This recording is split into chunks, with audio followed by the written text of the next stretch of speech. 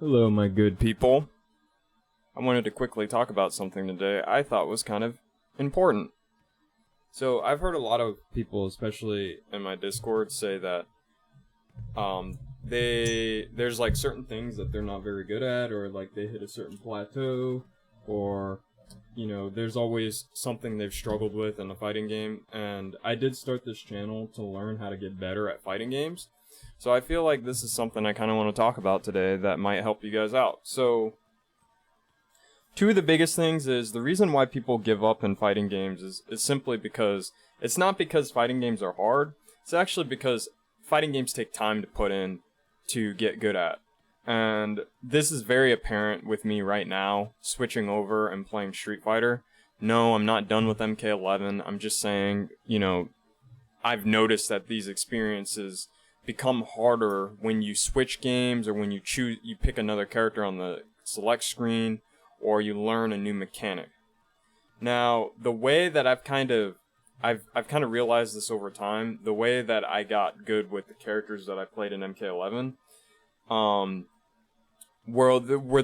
there were two reasons. The first reason is for the most part, MK11 is very universal. A lot of the special moves are very universal. There's not much change between them. You pretty much just need to know the crushing blows and the easy combos, right?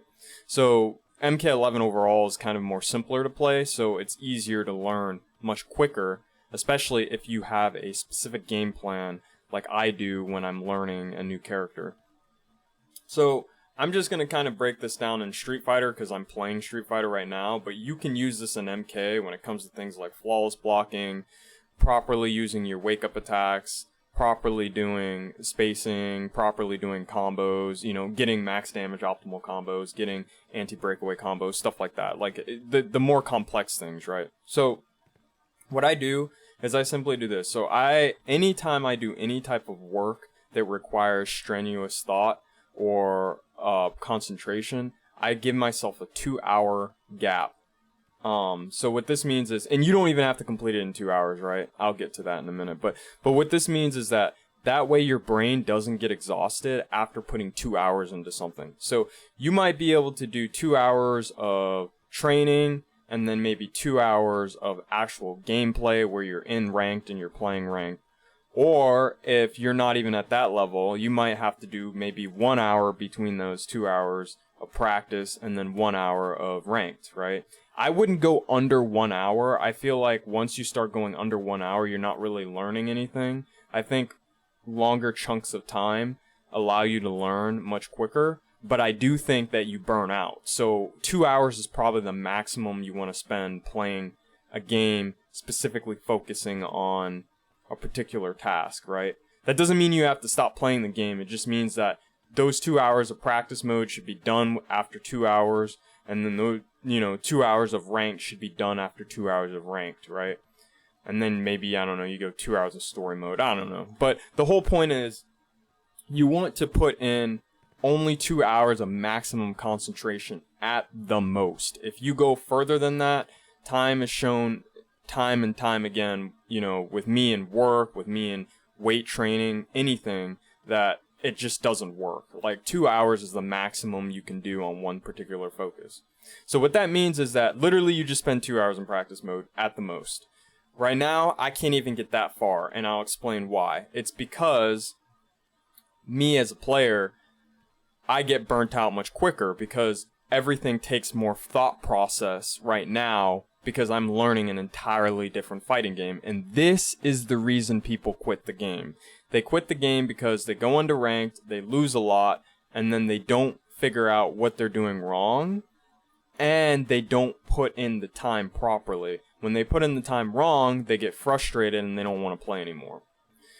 So a really good example of practicing, especially from what I've experienced, again, this is all only my experience, is that you want to slow down everything you do. So for example, I've been learning Sakura's her Oki mind game.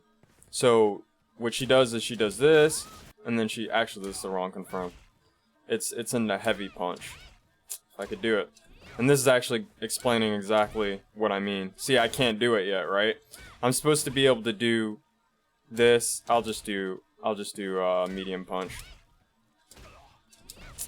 Man, if I could do it.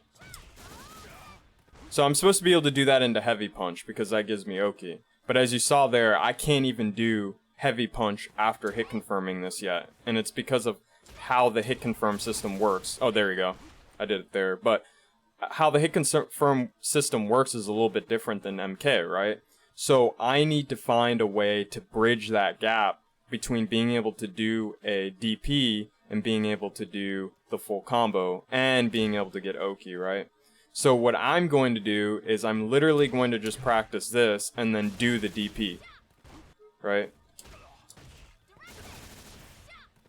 Right? Just keep doing that, making sure the first 2 hits hit, and then eventually I should be able to do it and link it, right? Because what will happen is your brain will bridge that gap between doing one set of moves and another set of moves. This is how I learned how to tech, by the way. So if you guys think, you know, if someone out there thinks like they might know everything and they're not teching throws, this is a perfect example of being able to learn how to tech throws in MK. Is you kind of, at first, you teach yourself to react to the throw, you make him throw 100% of the time. Eventually, you put a jab in there, so then he does the jab and he does the throws as a mix-up on random. And then, eventually, you practice being in the neutral, and then he rocks up and grabs you, and you tech the throw, right? That's how I learned how to tech throws. It's also how I learned how to flawless block when doing slightly minus strings.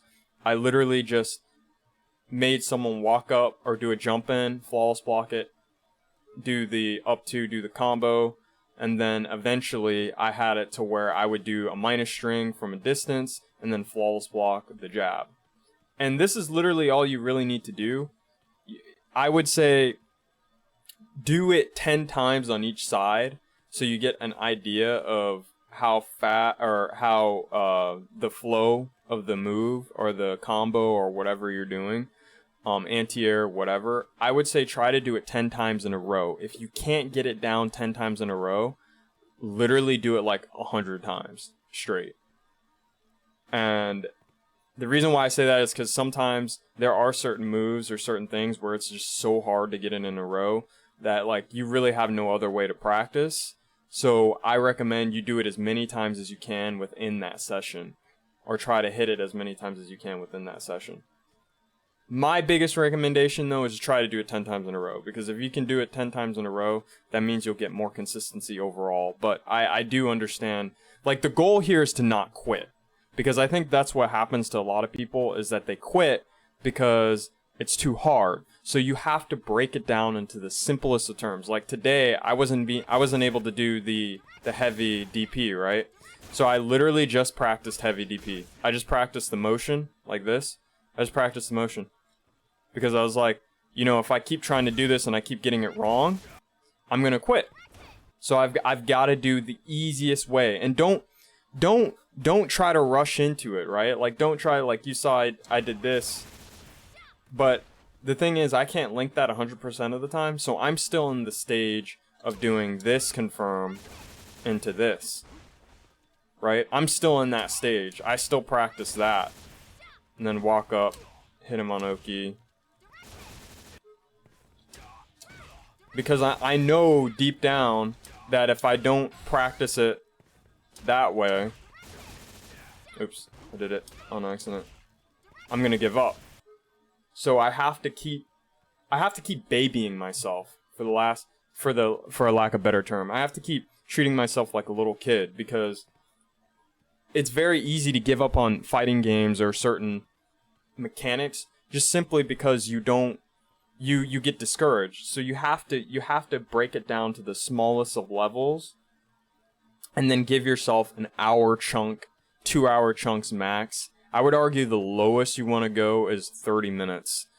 But I highly recommend an hour chunk, just focusing on, you know, 1 or even, I would say, up to 3 different ideas that you need to work on. So for example, you know, another example is jump-ins. So being able to anti-air jump-ins, and then I'll end the video.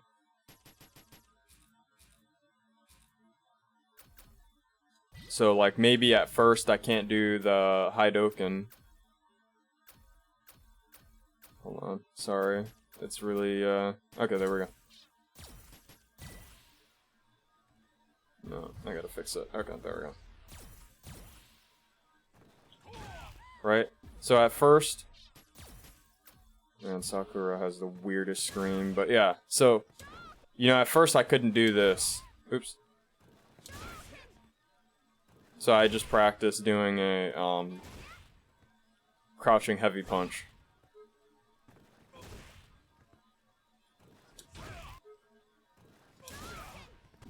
But that's an example. Like, that would be something else I would add into my hour chunk of practice.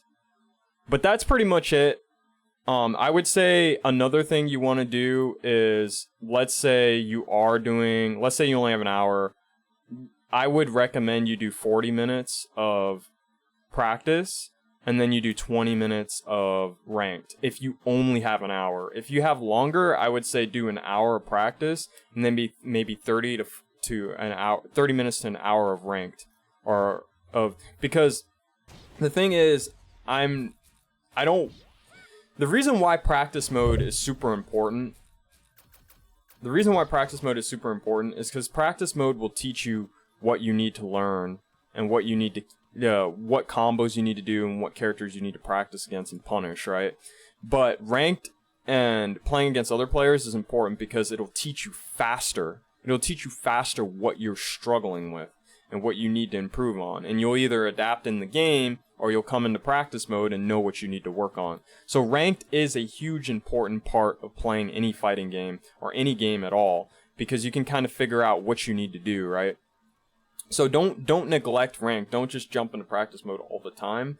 But I highly recommend that you do use practice mode to learn these moves and break everything down very, very, very slowly.